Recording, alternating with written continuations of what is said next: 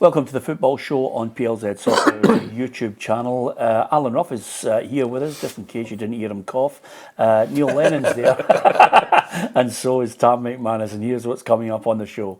Philippe Clement insists he understands how important every point is at Rangers after picking up just 1 and 5. This is a club where you always need to fight, and every point you lose, it's like you're going to hell. Brendan Rodgers says that now is not the time for Celtic to soften up as teams approach the finish line of the season. Stephen Naismith has his say on Rangers' form ahead of Hampden's semi-final on Sunday. I think it's unexpected. Surprise, I'm not sure. There's some players that have been there over the years and have failed to win trophies. From my experiences, it's a tough club. The Aberdeen appointment of Jimmy Thelin will give the club a lift, believes interim boss Peter Leven. They know who's watching them now. If it's either contracts or staying at the club, whatever, they know who's watching them now, and they've got a manager coming in, so hopefully that'll lift everybody. Yeah, lots to talk about, those two Scottish Cup semi-finals to look forward to. And of course we'll reflect on what happened in midweek in the title race in the Scottish Premiership. Just before we get into the meat and bones of that, let me first of all start by saying congratulations to Scotland's cerebral palsy team. They defeated Northern Ireland to become world champions. Sorry about that, Neil. They ran out 4-0 winners in the final. It was held in Salou on Thursday.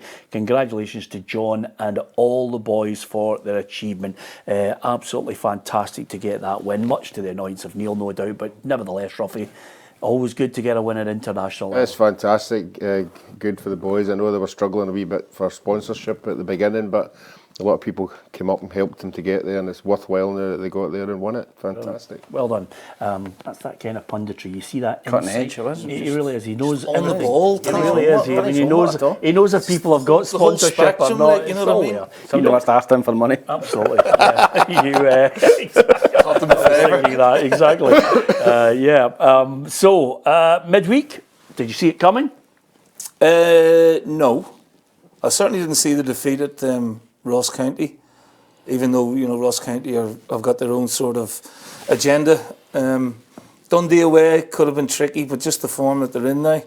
I had my suspicions, Pete, after watching Rangers against Celtic a few weeks ago, particularly in the first half. I thought they were poor mentally as well. I mean, they put in a good comeback, but overall I was concerned about their level of performance, and that's come to the fore. I still thought they would have had enough to beat Ross County and then take it into the Dundee game, but now they've just handed the total initiative to Celtic, and Celtic have been there and done it. That doesn't mean to say it's a foregone conclusion, but it's given Celtic, I would imagine, a massive lift this week. Yeah, so, I mean, you've been involved in title races before where it's taken a twist and a turn, but in your gut feeling and what you've witnessed over the last two games, do you feel as if they've blown their chance, bearing in mind what Brendan Rodgers is doing? They can't keep playing the way they're playing. They look a bit pedestrian at the minute. They're lacking a goal threat. Even at the weekend against County, it's a penalty and an own goal. That's been, I think, a bugbear for the Rangers fans all season. They haven't had that goal scorer in the team, to make the difference. And I think that comes to bite you eventually, and that's certainly the case. But I'm just looking at the passages of play and the speed and attack, and it's just not there at the minute. The body language has dropped dramatically since, a month, 6 weeks ago? Yeah. Tam, I don't know if you can remember on the show, and again, we're well aware of the nature of Rangers Celtic fans when things don't go according to plan, but I don't know if you can remember, quite a few months ago, I get slaughtered by some people for mentioning the players that I didn't think were good enough to play for Rangers. And how Philippe Clement would be looking to try and build his own team. I stand by that call at the time, because there are players that really have been found wanting, and I think he'll be looking for a clear out to build his own team. Oh, no doubt about it, Pete. I think in the summer you'll be lucky if there's 5 or 6 still there. I think Neil hit the nail on the head about the forward areas. They signed the boy Silva from Wolves in the January window. They didn't need him, Peter. They needed a number 9. They needed a goal scorer. And that's why there was a lot of talk about Shankland. And that is going to cost Rangers dearly, in the terms of their goal threat. Roof played the other night, not been out a long time. It was poor. Dessers is just poor for me. And they had no goal threat whatsoever. They started going long. They were hitting aimless balls up the pitch, out the park. And, you know, they looked as if they were a team that is resigned to no win the league. It was like an end of season game. The last couple of games has been like an end of season game with nothing to play for. Which should have been the opposite time because of everything to play for. Everything to play for. And I thought against Dundee, it was a team that felt sorry for themselves and they thought, we've blown it. And Dundee were unlucky not to nick it at the end. So I think the league's done. Over. No chance of No coming chance. back? Celtic win the league now. Ruffy? I wouldn't. I know where he's coming from. Obviously, in the back of Rangers' last two performances, but I think there's still points to be won and lost. You know, obviously Celtic have got the initiative now. There's no doubt about that. You know, I think when we touched on the Rangers Celtic game. I definitely thought the penalty turned the game. The penalty for Rangers. I didn't think there would be any way back if they never got that penalty. I think Celtic would have seen the game out. And then at Ross County, as I said last week there, the players were all looking at each other, looking for somebody. How do we get out of this? And there was nobody responding to it. You know, and if you're relying on your fullback Tavernier to win games for you, then you're under a bit of pressure. Yeah, absolutely. Okay, you can give us your view on that in the comments section below, and don't forget, if you hit the subscribe button on PLZ Soccer's YouTube channel, you can join the football family and get all the up-to-date information right across all of our social media. Interestingly enough, on this day for Rangers fans, quite a number of them will be looking back with great fondness, because on this day in 1991, something happened, Ruffy. I wonder if you, I always like to go to you because you can't see the screen. Well, It's only one of us around. because you've been here the longest. I was being kinder than Neil was. I'd have to have a guess, probably a cup final or something like that. Well, in 1991, Walter Smith was appointed the Rangers manager for the first time, and I think a few Rangers fans will look back with great fondness. On the 19th of April 1991, it was announced that Walter Smith would be Rangers' new manager. He stepped up from assistant to take over the reins after the turbulent tenure of Graham Souness, whose shock announcement that he would be leaving for Liverpool had come just 3 days earlier. The calmness and poise with which he stepped into the role would be a marker for what was to come as he led the Ibrox side to a period of domestic dominance. 10 Scottish League titles, 5 Scottish Cups, 6 League Cups and a UEFA Cup final would follow over the course of 2 spells in Goodwin. In Paul Gascoigne, he was at the heart of bringing one of the biggest names in world football up the marble staircase at Ibrox Park, even if he wasn't always the easiest to manage. Gascoigne's Gascoigne. I said, we're getting on with him. I said, absolutely fantastic footballer, and that's the main thing. He said, always remember this. He says, you have to live with the genius. The genius will not live with you. And I always remembered that statement. And when I went back and thought about it, I thought to myself, well, that's me, because at times he did drive you to distraction, but not on the field, but off the field. So you know, you have to live with him, and he was well worth living with. During the 1990s, Walter would be at the helm when Rangers matched Celtic's 9 league championships in a row and were at the apex of Scottish football. He went on to secure 3 league titles in a row, as well as guiding the side to the 2008 UEFA Cup final. To start with, I never thought we would manage to get there. I mean, we had only just come back to Rangers at the time. You know, if it had been maybe 3 years into it, I would have said, yeah, there was maybe more of a foundation laid. But whatever we did there, I can't say that a lot of it was intentional. When you consider that it was only like we were only into our first full season of coming back there, it was quite a remarkable run, and one that at the time I never envisaged would happen. But anyway, we got there, and it was fantastic. I loved every minute of it. A stalwart and figurehead, Walter Smith is remembered as one of the greatest and most successful managers to have led the Light Blues. Yeah, looking back at 1991, I have to say, Neil, and you will have encountered Walter on more than a few occasions, he'd have ripped the head off most of the current squad for the last 2 performances. Yeah, but he was strong, Walter. Tactically brilliant, you know, very astute, and he had that aura about him, like, you know, what all great managers have. You had the respect of the dressing room, and to be fair, the respect of many people in the game. If you talk to any of the ex-players, whether it be at Rangers or Everton, they've only got great things to say about him. Not only the tactical side of the game, but his man management. But I'm pretty sure he would have had a few choice words of what he's seen of late. Although, with all the success he had, he never really sort of interfered afterwards, like, you know what I mean? He just let others get on with it, you know, and he had Coisty there, you know, in the second spell, because personality, you know, just that buffer between the players and him. And, you know, it was a really good choice. That sort of him, Coisty, Ian Durant, Kenny McDowell, really strong backroom staff as well. But yeah, he led. He's one of the greatest managers of all time in Scottish football. No question of that. Yeah. Did you ever get those moments? Did you get those moments where, you know, away from the madness of what happens on the pitch, you would sit down and have a... Oh yeah, I mean, we had a long night at a charity night one night, just, you know, sitting away, and he was always very supportive and sort of telling me, you know, you calm down a few things. You know, and and then obviously we were head to head, like, I think it was 7 times in my first season, and then he left at the end of that season, you know.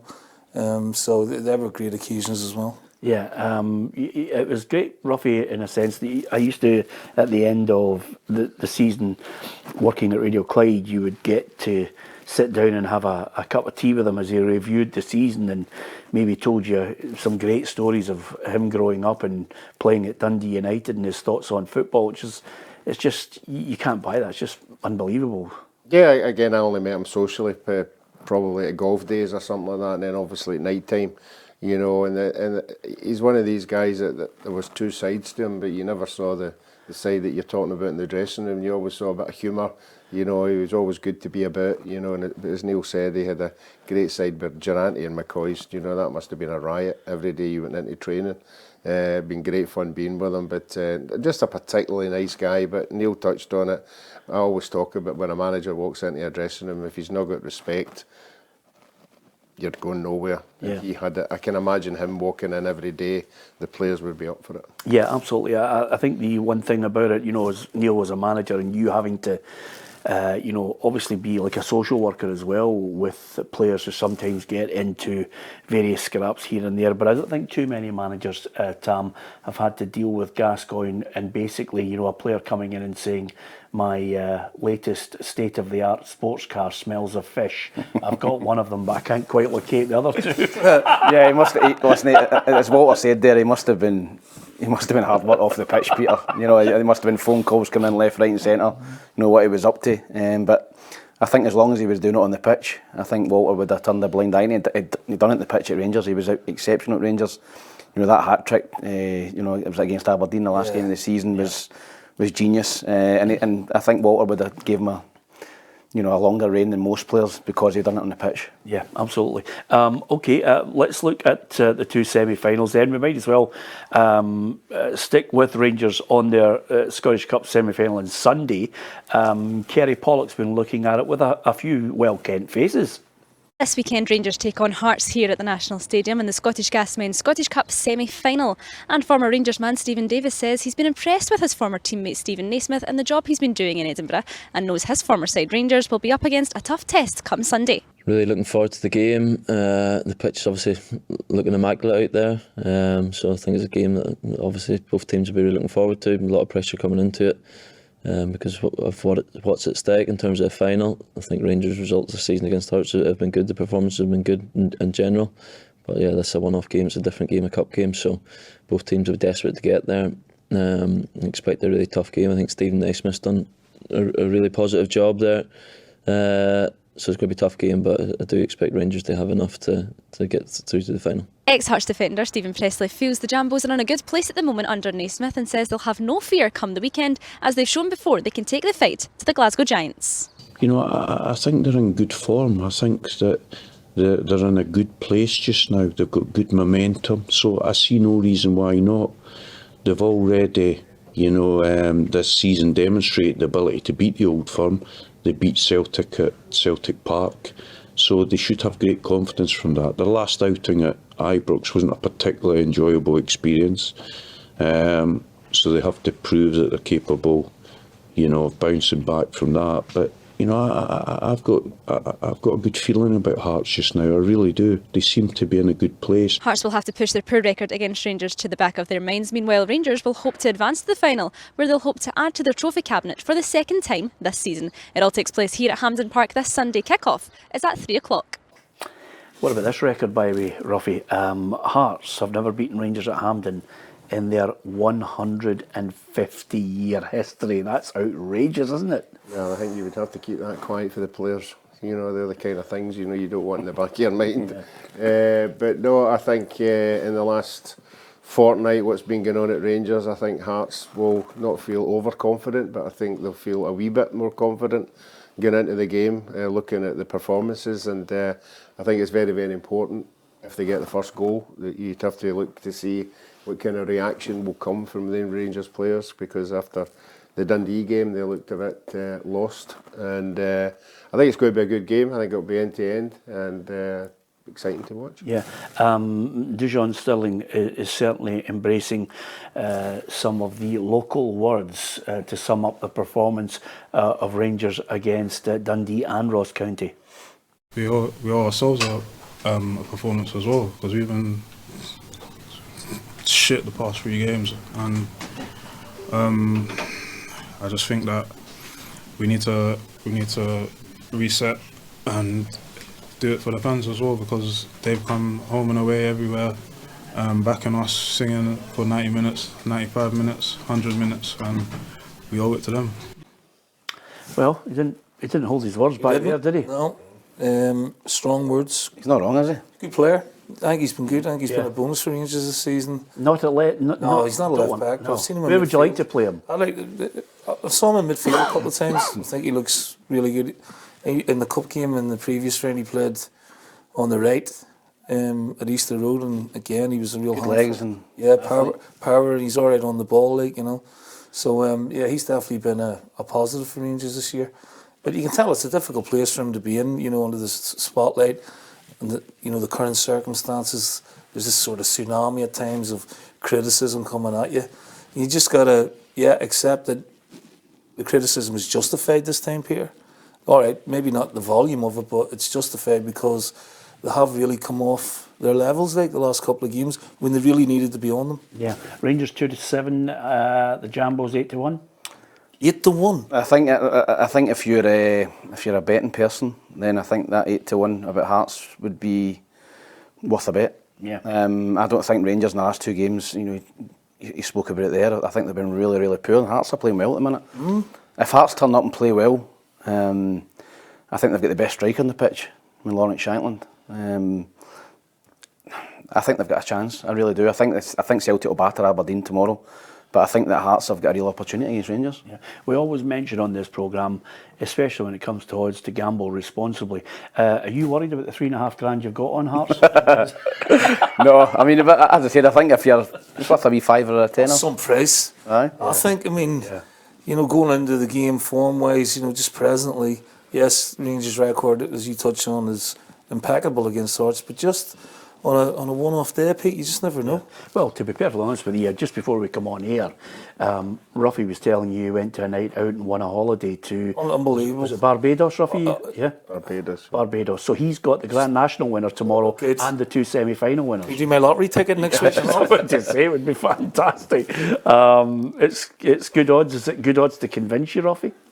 It's excellent odds. I'm sure the Hearts supporters will be rubbing their hands, going to the nearest bookies to get a bet on, because you won't get many games that Hearts are 8-1 against anybody. So, as Neil said, it's a one-off game. We saw cup finals, strange things happening. You know, somebody getting sent off or somebody getting injured or things like that happening. But it's form, you know. And if you look at the form just now, you'd have to say that Hearts are the form side more than Rangers. So going into the day, for me, it's all about the Rangers players responding, you know, to what's been happening, because Neil will tell you more than anybody, you know, you don't really get to know your players until you see, you know, how they react to the way things are going. It's okay when you're playing with Rangers and Celtic, you're winning 3-4, 5-0, you're giving me the ball, you know, but now when things aren't going particularly well, you start looking at players and going, do they really want to take part in this? And the only way they can snap out of it is if they get an early goal or somebody does something a wee bit special. But pressure for me is all on Rangers. Yeah, and Philippe Clement says the players have to be able to handle it. This is Rangers. This is a club where you always need to fight, and every point you lose, it's like you're going through hell. That's this world, and that's good. That's also the challenge, and it's now interesting to see which players can live in that way. But it's an exciting place to be, because on the other side, you can go also to heaven when you win games and when you win trophies. Well, he has to lift the side. I wonder what the words will be from Stevie Naismith, bearing in mind that they have to go out there, play a team at Hampden. The record's not great, and Rangers are going into it off the back of 2 poor performances. I think Stevie will be happy with the narrative, surrounding Rangers at the minute, the negativity. Can they capitalise on it? Is there a lack of confidence there? Like I said, the body language has not been good. Players are not taking risks with their passing, Pete. Everything's safe and in front of teams. And I think Hearts have had an excellent season. Everything he's been asked, they finished 3rd. They've beaten Celtic a couple of times. They've made 2 semi-finals, opportunity to make a final. They're way ahead of Hibs. The football's good. They've got the leading goal scorer.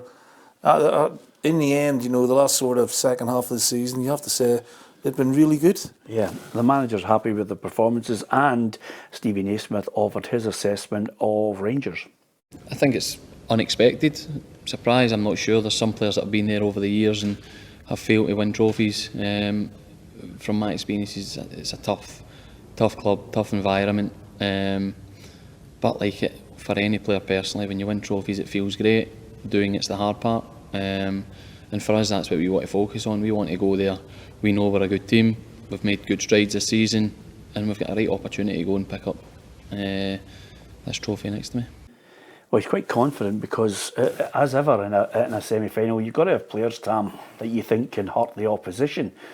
So when you look at this game, what's your thoughts on it? Yeah, I think Hearts have got the players, Peter. Listen, semi-finals, all the pressure's on Rangers. Rangers are under massive pressure, after the last 2 performances, Peter. Does all hell break loose if they lose? Oh, absolutely, Peter. I think that the last 2 games, I've seen the league, in my opinion, slip away. And if they get put out the cup, they've only got probably a League Cup to show for the season, which is not enough for Rangers. I think if Hearts score first, it'll be interesting to see Ruffy hit the nail on the head again. They're talking about the players want the ball. Do they hide? It's a big pressure situation. The Rangers fans will get on their back again. But I think with Lawrence Shankland, guys like that in the team at Hearts, I think Hearts might sneak it, Peter. I'm going to stick my neck out and say I think Hearts might nick this in extra time or penalties. I think it will go all the way. Prediction? Yeah, Hearts to get through. Hearts to get through, aye. Maybe in penalties or extra time. Okay, Neil. Prediction? I think Rangers will do it. Yeah. But it could go extra time. And maybe the strength and depth of the squad might help them out with that, you know what I mean? If they can keep Shankland quiet. They've beaten 5-0 at Ibrox. They've done well against Hearts this season. They know how to play against them. But again, the circumstances currently are different, Pete. And it's a different competition and it's a one-off day. I think 8-1 on Hearts is an unbelievable price in a 2-horse race, And I just think Rangers might have the extra quality to get over the line. They have to. Yeah. Put it that way, they have to. Because they've got to think Celtic are going to get to the final, which we all probably think that they will.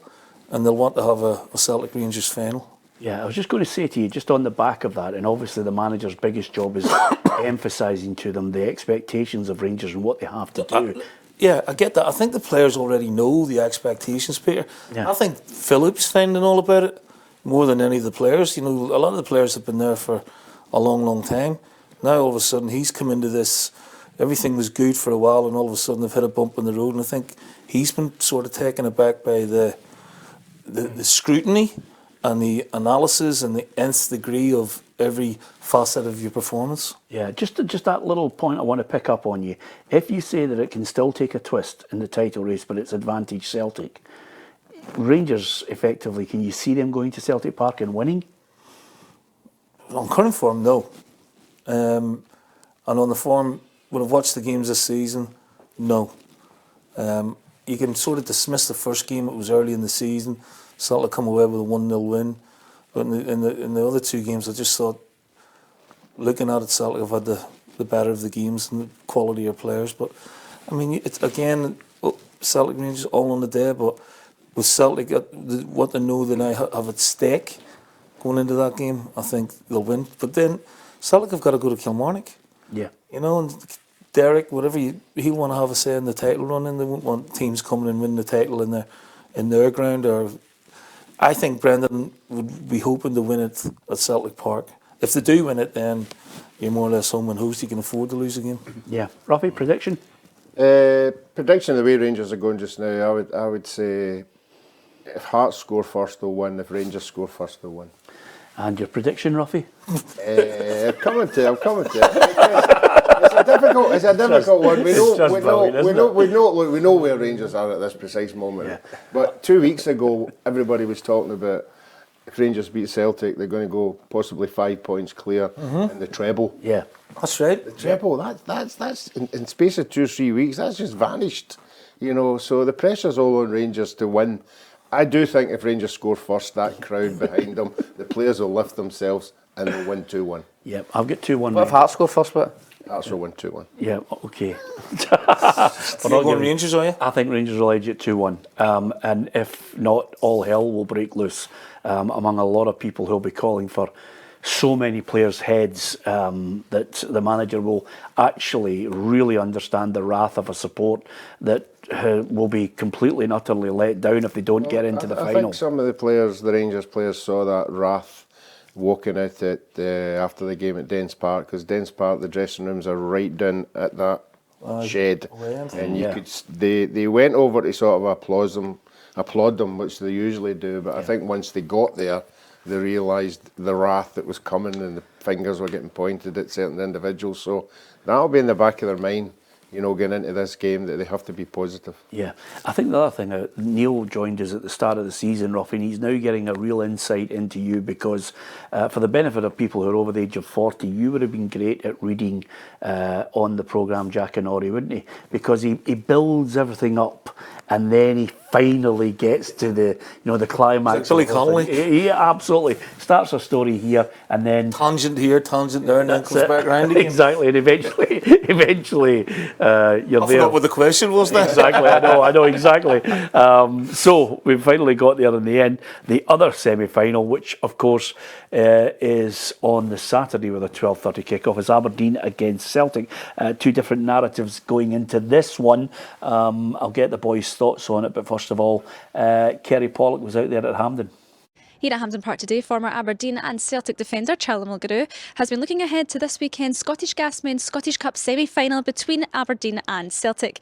And Mulgrew says now that the Dons have a new man in charge and Jimmy Thelin coming in from next season, this team can now play to impress their new boss. Now they've got the manager announced, I'm sure that they'll want to impress, as you said. They know they'll be watching every single game, so they'll want to put themselves best foot forward to try and be in his plans. I mean, I'm sure everybody at the club will be settled now, knowing what they're doing going forward. They've got a semi-final to look forward to. They're going a bit better in the league, so it's a much better place now. The fans will be happy. Everybody will be buoyant coming here to Hampden to play against Celtic. So the players will be up for it. It's going to be tough. Any semi-finals, final and semi-finals tough. Aberdeen are a big club that are desperate to get to a semis. Celtic have got it all to play for. After an up and down start for Celtic this season, Mulgrew says that his former side are coming into form at the right time. Atati looks like he's peaking, looks like he's coming good at the right time.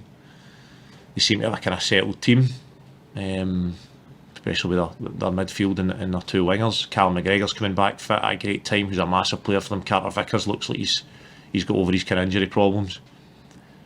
So they're in great form as well, and yeah, you could be fair to say that they're coming and peaking at the right time. It all takes place here tomorrow at Hampden Park. Kick-off is at 12:30. Yeah, Kerry there for the Scottish Cup semi-final preview with Charlie Mulgrew. And really, Ruffy, I wanted Charlie to just let himself go after he'd finished playing, but it doesn't look as if he has. He just looks as if he could still be playing. Yeah, he probably is. He's not playing with yous at the fives. Is he not turning up? Yeah, but he just looks like. Is he talking to you yet? No. No, he doesn't. No, he's talking to us, but he just looks like a Greek god, doesn't he? Disney Prince Her. Really? That'll get back to him. But listen, he knows better than most about these type of matches, along with Neil. I think everyone, if we're talking about odds here for this game, I'm just about to look and see if I've got the exact odds on it, but I would have to say to you that anything... Similar to Rangers and Well, Hearts. I mean, I think... Well, I think Aberdeen are about 10-1, which means if you put a tenner on them, you lose a tenner. Yeah, everybody expects Celtic to hammer them. Yeah, but as we know, we've already discussed, when you get to semi-finals, you know, strange things can happen. For me, it's about if Celtic can get there. I mean, what we're seeing for Celtic now is a 45-minute Celtic. You know, if Celtic were to go into this game and turn up with 70, 80, 90, you know, Aberdeen are under a bit of pressure because Celtic are going to have large possession of the ball. He's right, Hatate's playing well. O'Reilly's come back into a game as well. I thought he looked tremendous against Rangers. And I think Celtic have got more scoring opportunities than Aberdeen. Aberdeen will be looking at their striker, hoping they can come up with something, but I don't think it'll be enough. I think Celtic have too much firepower. Yeah, Charlie mentioned the getting it right at the right time of the season. This is what Brendan Rodgers had to say ahead of this big one. We haven't won anything yet. You can't soften up, especially at this time, just because another team have drawn or lost. It's not how you start the marathon, it's how you finish it. And for us, we're improving day by day, looking good on the field. In a strange sort of way, Ruffy's touched on it there. You know, they've had 4 or 5, maybe good 45 minutes, but you haven't seen a full tilt Celtic. No, I don't think they've been vintage Celtic this season. I still think they've got... I've always felt they've had the quality to get over the line in the league, and it looks like it's going to prove to be the case. But Rangers have lost 6 games in the league, Peter. 6. Yeah. And we're not even finished the season yet. Now, if that was the normal case, Celtic would be 10, 15, 17 points clear. The league would be done. Yeah. Their own form's been inconsistent, but as Brendan touched on in his interview there, they're starting to play well. But again, the brilliant first half against the Rangers came off at the second half. Poor first half against St Mirren. Brilliant second half against St Mirren. So yeah, I still think one good half tomorrow will be enough against Aberdeen. Yeah. They're capable of scoring 3 goals comfortably in a half, and they could blow Aberdeen away. I don't think that'll be the case. I think it'll be, from Aberdeen's point of view, a defensive rearguard and hanging in there. And for me, it's all about when Celtic can break them down and score. Really, I can't see Aberdeen having any concerted periods of pressure, and they've got to look at maybe set plays and obviously the counter attack with Miovski. But in the course of the game, I think Celtic are going to have pure domination, and also the psychological lift that they've had this week from other results. Yeah. 9-1. The Dons, 1-3 Celtic. Yeah, I think if you're going to bet a 91 shot, you'll be betting Hearts rather than Aberdeen. Absolutely. I think Celtic's record at Hampden's imperious. In the last 4, 5, 6, 7 years, I couldn't tell you the last time Aberdeen beat Celtic, and particularly at Hampden. So, no, I think Celtic win the game comfortably, Peter. And as Charlie Mulgrew touched on there, they're starting to get players back. Competition for places. Hatate's come back into the team. He's made a big difference. He's a top player. You've got Callum McGregor, and that's going to increase competition as well. In there, and Carter Vickers back. Kyogo looks a little bit sharper. That's if he's back on it as well. So I don't see anything else but a comfortable Celtic one. Just on that point, with Brendan, he'll be looking, and he has cited, and sometimes we're a little bit cynical with managers saying they're making excuses. You've been there. He's missed the likes of Hatate. If McGregor's out of the side, they have to readjust again. Was there a player when you were the manager you thought, if he's not fit, I have to rejig the way I want to play the game? Hooper. Yeah? He was just different, Hooper. Could do a bit of everything, back to play, and then obviously, the goals that he brought to the team as well. You didn't like Brownie being out the team either. Yeah. And that was very rarely anyway, because he was your captain and sort of linchpin to keep everything together. So, yeah, there's always to be fair to Celtic, even with the loss of Callum, they've done all right. Even at Ibrox first half, they were sensational, So, I wouldn't like to do it long term without Callum, put it that way. Yeah. It's always better to have him back in there. But I think the squad has shown that they can do without and still get over the line. Yeah, Ruffy, it's an Aberdeen side that, although some people, including Peter Leven, will hear from him shortly, but it's an Aberdeen side that quite a few of them will hear the clock ticking, knowing full well they're not going to be at Pittodrie next season. Yeah, that's always the case when you're at a club like that. Comes the end of the season, they'll all know what their contracts, whether they're running out or whether they want to stay there.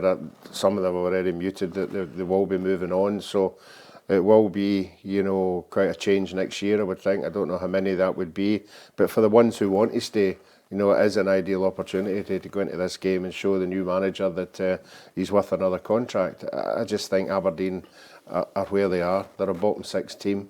They haven't won that many games this year. To go into this game, it's okay saying Celtic pressure that they're so dominant that they should win the game, but Aberdeen, I don't know what they'll be thinking in their dressing room because they can't buy one.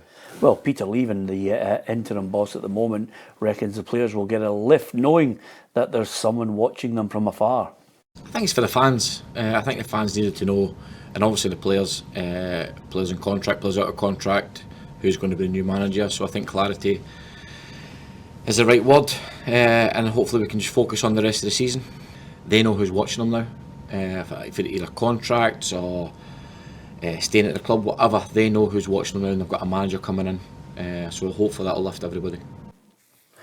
I got it in the neck again. I knew you'd be all over it because you love people getting absolutely battered. Especially you. Yeah, but I mean, I got it in the neck, and I don't think people listened to it. The Aberdeen fans especially didn't listen to it in context, which was quite simply, Jimmy Thelin may well have a good pedigree and gone through a good process, and I wish him the very best of luck. I think Aberdeen need to be, for me, challenging for that third place and getting some big results, and especially challenging to try and win a cup. The point I was making was, you know, whether it's a great interview or not, I was surprised on the basis that, you know, Stephen Robinson, Malky Mackay, Neil Lennon, their CV is certainly stronger, and certainly, you know, it surprised me that they weren't at the forefront ahead of him. It's not a criticism of Jimmy Thelin, it was just I was surprised. And by that point, they'd absolutely forgotten about it, smashed me over the head on social media and talked about, oh, it's you West Coast boys just trying to get your West Coast mates jobs. And I started laughing because I thought to myself, like, hang fire, your history's full of West Coast people who've won you cups. Yeah, they're the most successful managers, Scottish. I think Scottish... I'm from the West Coast. Yes. So just looking at it, Peter, I think Scottish football, I think your league's horses for courses. I think that when you look at who's the last foreign manager out with Celtic Rangers that's actually done well in Scottish football? At a Hearts, a Hibs or an Aberdeen. It's won a trophy. It's a belter of a question. Maybe the Lithuanian boys that Hearts. Yeah, Paulo Sergio, maybe. Paulo Sergio. Yeah. You know. Look at the top six, right? Paulo Sergio didn't have complete autonomy, may I just remind you? Yeah, but he did a good job. Yeah, You know, won the cup and had them playing good football. But the top six is Dundee, St Mirren, Kilmarnock. You know, then you got the big three and Hearts, right? But my point is, if you look at those three teams, they shouldn't really be in the top six, but they are.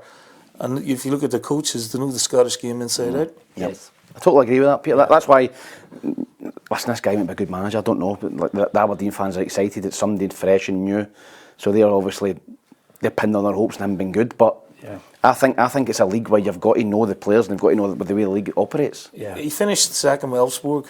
I think every year the view that Aberdeen were taking, he's improved the team every year. And I think that's what they're looking for. I don't know what style of football he's going to bring.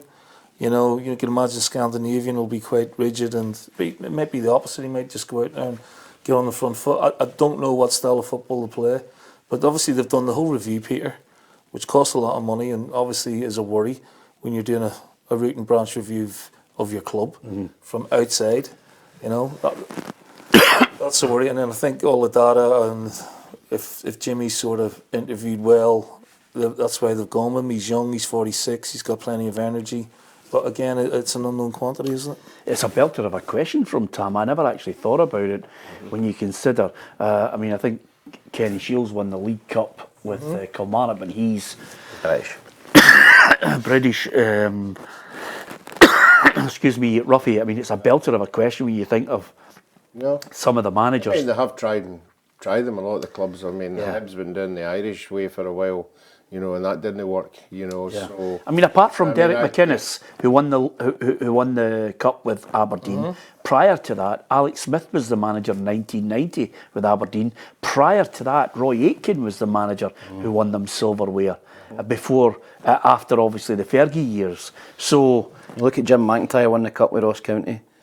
Alan Stubbs with Hibs. Yogi Inverness. Yogi Davidson. I mean, where's the foreign coaches that have actually been successful here? Yeah. By the way, and can I just say I'm not being xenophobic or anything like that. I'm just putting a point across. Question, No, absolutely. And I would say at this point, it's a brave move by Aberdeen. It's a big call, and it's their call. And I'm not in, and just before we get to this point where people think, we're being hypercritical of someone because they think we're trying to get other people jobs. Jimmy Thelin coming in here, and he's got to try and buck the trend of what we've all been talking about, Ruffy. We wish him well. Absolutely. But it's a big call for them, because Aberdeen's big call is Dave Cormack. He's had 4 failed attempts at this. Yeah, I think everybody up there knows the pressure, the new appointment, the people who obviously appoint them, the manager that's coming in. I agree with the guys. When you're an Aberdeen fan, you're now anticipating the end of the season. When he's bringing new players in, where are they coming from? Where is he going to target? Where's he going to tap into? Because he's obviously been where he is. He's not going to know our home players that we were talking about, the Spittles and all that could do a turn for you. So that's the exciting part of it, where's he going to tap into and what kind of money has he got to play with. So for me, Aberdeen's season is just a washout. Total, utter washout. So Aberdeen supporters will go there, and quite rightly so, in their numbers. They're good away sport. They'll be they're looking for a wee turn of luck. Yeah. And then whatever happens, look forward to next season. Okay, I am very rarely in Tam's camp when he goes overboard erratic. But with no shinny, I've got Celtic to win 4-0, Ruffy. What about you? I've got a comfortable 2-0. Oh, a comfortable 2-0. Yeah, I'd go 2-3-0. Yeah. 3-0. 3-0. Okay, comfortable 3-0. Cozy. Yeah, okay. Dundee United have got a big day, a chance to clinch the title, Ruffy. And Jim Goodwin, with Dundee United at the top of the table, has had periods where the fans have not been happy with him. So what a chance to enjoy it. Yeah, they had a wee wobble there, but I think every team in that championship has a wee wobble at some time. You just don't want it at the end of the season. They've regrouped. I thought that they were going to struggle when they lost big Kevin Holt at the back. He's a big player for them, but the strikers that they've got, have come up with, Louis Moult have come up with the goods at the right time, and that's why they've pushed the boat out to get that kind of player. Yeah, and it will be great. I mean, obviously, if they can defeat Ayr United, title celebrations, everybody wants to enjoy themselves. But I think for us, it's great to have them back in the Premiership. Yeah, we've had Hearts, Hibs, big clubs like that in the Championship over the past sort of 5 to 10 years. Dundee United's another one, and the bigger clubs coming back, it just makes it more interesting. There's more profile, and hopefully more quality to come with it. But it's been a struggle for them. They should, on paper, everyone's saying they should be winning at Best Street, but it's never that easy. The quality's come to the top, and if they get the result tomorrow, then you got to congratulate them because they deserve to do it. We're quick to judge managers if they have a fall at a hurdle in a job. We're quick to write them off. I mean, he had a good spell at Alloa and St Mirren, goes to Aberdeen, goes woefully wrong for him. One of the biggest disasters, the Darvel result, and then suddenly he's reinvented himself when many people were surprised that he managed to quickly flip himself into the job at Tannadice. I think this was a must-win league for him. They're going to win it. I think if they didn't win the league, he was getting sacked and he might have struggled to get back in again. I think you can have maybe one blip. I think 2 back-to-back, Aberdeen and Dundee United, took them down, didn't get them back up. I think he'd have been really struggling. So the pressure was not only on the club, but on him as well. They'll come back up in, a Dundee derby. Brilliant. Played in them myself. Great atmosphere. Great occasions. No offence to Livingston. Livingston going down, Dundee United coming back up. I think it's a stronger Premier League next year. They've got to learn as well, Tom, from what happened previously. Yeah. I'm talking about Dundee United. Yeah. What lesson that doesn't happen again? And what lesson do you think in particular? Overspending on Yeah. Getting the recruitment right. Yeah. And making sure that they're going to comfortably stay in the division next year. Dundee have done it. Top 6, brilliant. So, Dundee United were thinking, well, maybe not top 6, but we've got to make sure we establish ourselves again. Yeah, and of course, Jim Goodwin and many players who he takes with him to the Scottish Premiership when they eventually get over the line, they'll all be looking forward to the return of the aforementioned derby. I think everybody connected with Scottish football wants, all of the big clubs involved in the top league, from a marketing perspective and from just an overall footballing spectacle. I think having the Dundee derbies back, having the Edinburgh derbies, the Glasgow derbies, I think that's what Scottish football is renowned for. And, that's certainly an added incentive to why we want to make sure that we achieve what we set out to do at the beginning of the season. Yeah, I agree with them. We love having all the derbies, and especially, to have, and by the way, for some people who are insular, who do live in the west of Scotland and very rarely venture out to it, that game's a sellout. It's brilliant. It's something that everybody in Tayside looks forward to, Ruffy. Certainly is, and I think Dundee United have been a breath of fresh air to the Championship because they've came away from home. They brought a large amount of their support with them, so for the coffer side of it, the teams in the Championship will have benefited from being in there. But I just think they've been very good for, I would think, 2/3 of the season, and with 2 ex-Partick Thistle players, so well done to them. Yeah, absolutely. And of course, the pain written all over Ruffy's face there as he doesn't feel as if he got... Holt and Docherty. Yeah, doesn't feel as if you got the correct fee for them, eh? No, good luck to them. 2 of the best players, and good choice for Jim Goodwin that he plucked them. Yep, absolutely. An interesting comment coming out of, or an interesting statement coming out of Hibernian, and it certainly raised an eyebrow when the email came in late last night when I read it, Tam. And this is what the Hib statement had to say. After a disappointing season, like all Hib supporters, we believe that a club with their stature should, as an absolute minimum, finish in the top 6. Ending the season in the bottom 6 is simply unacceptable. In the aftermath of Saturday's draw with Motherwell, we came together to understand what happened this season and what are the necessary steps to move the club forward. And they go on to say, with that in mind, we will conduct a full review of the club's football structure in conjunction with the Black Knight Football Club. The review will be a comprehensive evaluation of the entire football operation to ensure we perform at the highest level. We've also held detailed discussions with Nick Montgomery to understand what has gone wrong during the current campaign and mutually agreed that results this season have been disappointing. There's an understanding that results need to improve. Forgive me for being a cynic. That suggests to me he's got 5 games to save his job. Yeah, he's the only person named there, which I don't think's going to help Nick Montgomery. He's talking about the players, other staff, directors, the CEO. Nobody else was named bar Nick Montgomery, which is ominous for him, in my opinion. They've got 5 games coming up.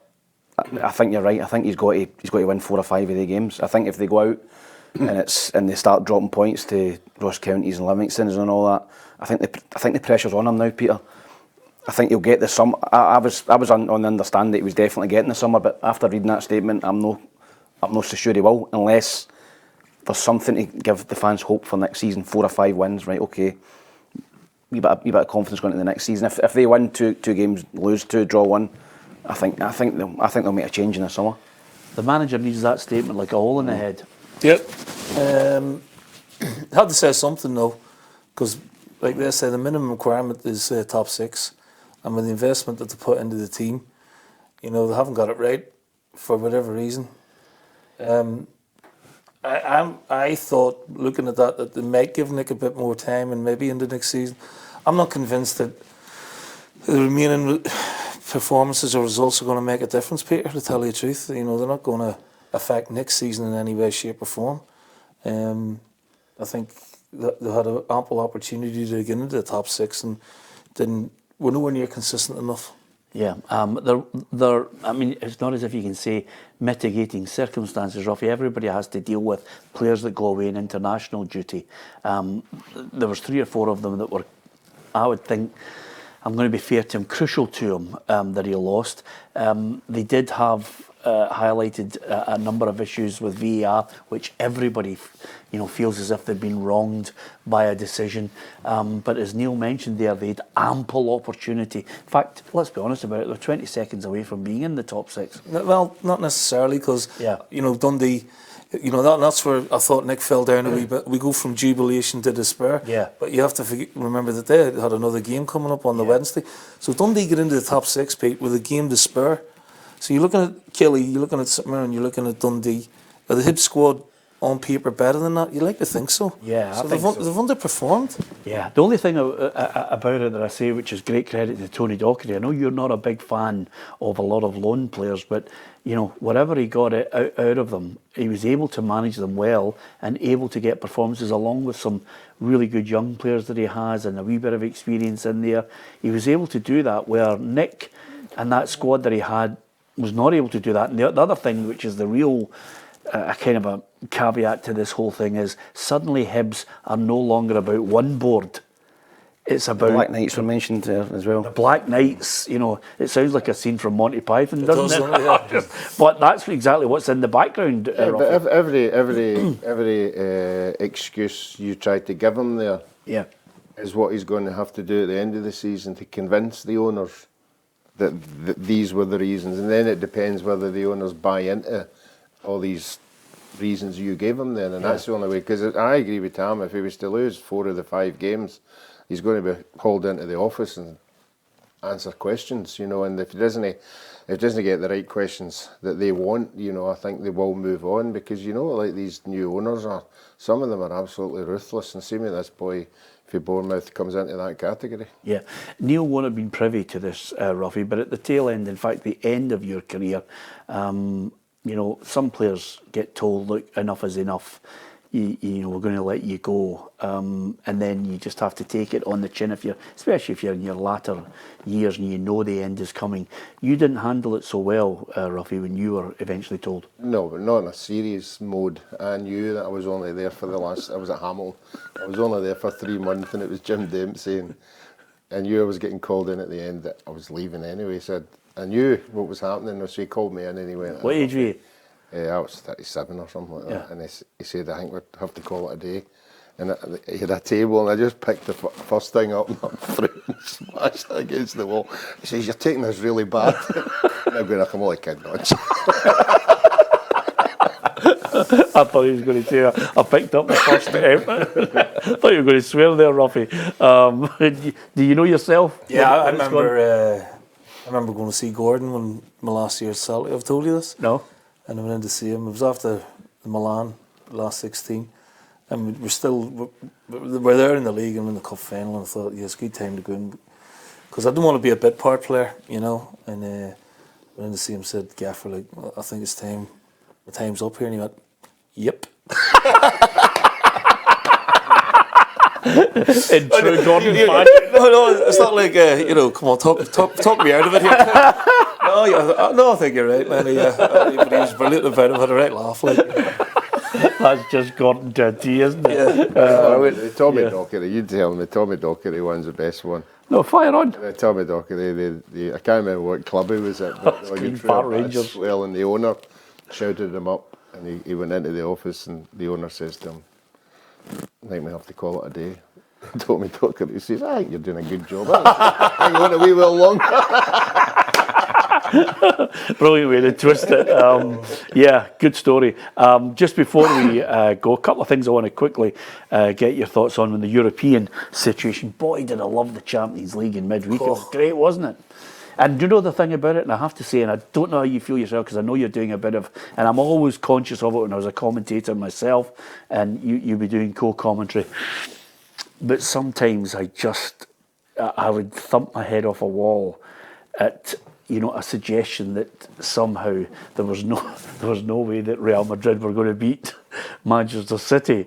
I felt as if it was a shock to all and sundry, when really Real Madrid have won the bloody tournament 14 times. Give me peace. Do you know what was really interesting was the way they just sat out, Pete. It was like, and sometimes City do this to you anyway. Yeah. They force you back and dominate the ball time like Guardiola's teams do. And but I always got the feeling watching it, you know, if City had equalised, I always felt Madrid had maybe another one in them. Yeah. You know, I don't know, you just get that feeling with Madrid. Maybe you can call it luck, but the way Ancelotti set the team out certainly wasn't like last year where it was sort of punch for punch and City blew them away. They obviously learnt their lesson from last season, and it was a different performance from Real Madrid, but they got the job done. Yeah, and in contrast to the story you told only moments ago, if in the summer Luka Modric goes into Carlo Ancelotti and said, look, you know, I don't want to become a bit part player, I think I'm going to chuck it. Carlo Ancelotti should just turn around and say, no, you're staying. Give us another year. He is an absolute genius. He came on as a sub and just took the sting out of the game, didn't he? He's a world-class player, but I thought Man City were a wee bit unlucky. I think that you tipped Man City to win the Champions League. I tipped them. Yeah, you. Yeah. I don't know if I did I? Yeah, yep, you. That team's coming to the fore now this year. Who? Paris. He tipped Man City as well. But some result, roughly. Yeah, it was unbelievable. Just another one, and you've been there before on this one, but West Ham and Liverpool out of Europe. Aston Villa now the only British side remaining in the tournament. But Davy Moyes, we all know him well, and he gets a little bit prickly when somebody tries to sneak a wee question in suggesting that maybe this is his swan song in Europe as West Ham manager. David, if this is the end of your tenure at the end of this season, how do you reflect on... Sorry, I didn't get that. I didn't get that question. We're focusing on tonight. We're not focusing on the end of tenures. We've just did a third quarter final there tonight. Sorry, I didn't hear you right there. I just wanted to reflect on the 3 years you've had in Europe in terms of this being the end of this journey, but the moments that you've given these fans over the last 3 seasons. Better question. I think it's been much better the way we've been as a football club. 3 years in Europe's been fabulous. 3 quarter-finals. We've won two out of the 3 quarter-finals. Tonight we came narrowly close to doing it. I think he was trying to sneak that one in there, Ruffy, and get. Isn't it? They seem to just sit about waiting on a bad result. They're asking. I think they're asking the question because his contract's running out, Pete. Yeah, absolutely. And he's not signed anything yet. The West Ham for me are a club that I don't know about Davy. What he has to do to be loved by people and understand how great a manager he is. I agree. It's that old one. You want to take the club to the next level, you know, and they end up going that way. Yeah. You know, want to change the way we play. And Pellegrini. Yeah. Charlton and that, like, you know. Yeah. Can't get back into the Premiership when they got rid of Curbs. Anyway, I'm digressing. Look, he's done an unbelievable job. I think most people in football would appreciate that. And I think he's got them comfortably in the top 7 or 8. They could get into Europe again. They've made finals, semi-finals, quarter-finals. Not had it so good. For a long, long time, Pete. Absolutely. I was in the stadium when West Ham won the Conference League last season. It was absolutely incredible, and I wonder, you know, if David Moyes goes, how long it will be before they ever taste anything like that again. It was amazing. Liverpool just wasn't happening. They'd blown it in the first leg. Yeah, they got the early goal as well, Peter, which they would have been delighted with. You know, that really put the cat amongst the pigeons, but they couldn't follow it up. I think the first half they dominated the game. I watched it. Second half, Atalanta come back into it, and the next goal was vital. If Atalanta got it, then the tie was over. If Liverpool went 2-0, but any time left, I think they'd maybe went through. But nah, just something missing with Liverpool at the minute, Peter. Don't know. They had a horrendous week last week. Oh, terrible. Was that the Palace game on Sunday? To be fair, how did they get beat that game?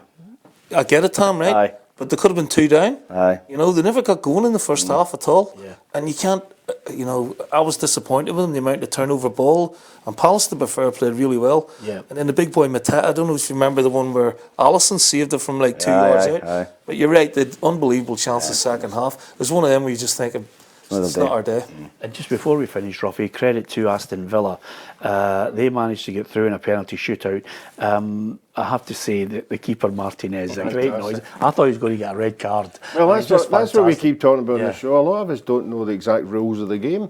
Everybody would have been screaming at that telly, you know, that's him getting sent off. But second yellow. It doesn't happen once you go into the shootout. Yeah. It doesn't work, but he's just a character. And you're not allowed to absolutely noise up. It's one of his last 5 penalty shootouts. I mean, you loved the noise up with fans, but the keeper, unbelievable. I mean, he did it during the World Cup as well. He was just a complete noise up, you know. Yeah. But sometimes you need a character like that in the dressing room. Yeah. Some keeper. Oh, yeah. He's been exceptional. Some manager.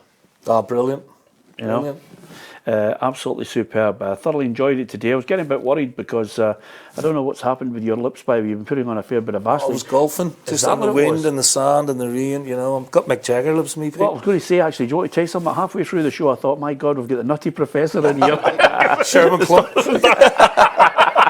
But thankfully they've calmed down, you're all right. Lipstick. Yeah, absolutely. Oh, it's golfing season now. You, Ruffy and Tam will become unbearable. Yeah. I just think... Might have to cancel a few shows, Ruffy. Oh, he's tried that, by the way. Still, you can't have, surely, 6 holidays in the season. Anyway, apart from anything else, enjoy the Scottish Cup semi-finals over the weekend. Thanks to Ruffy, to Neil Lennon, Tam McManus, and thanks to you for watching and listening.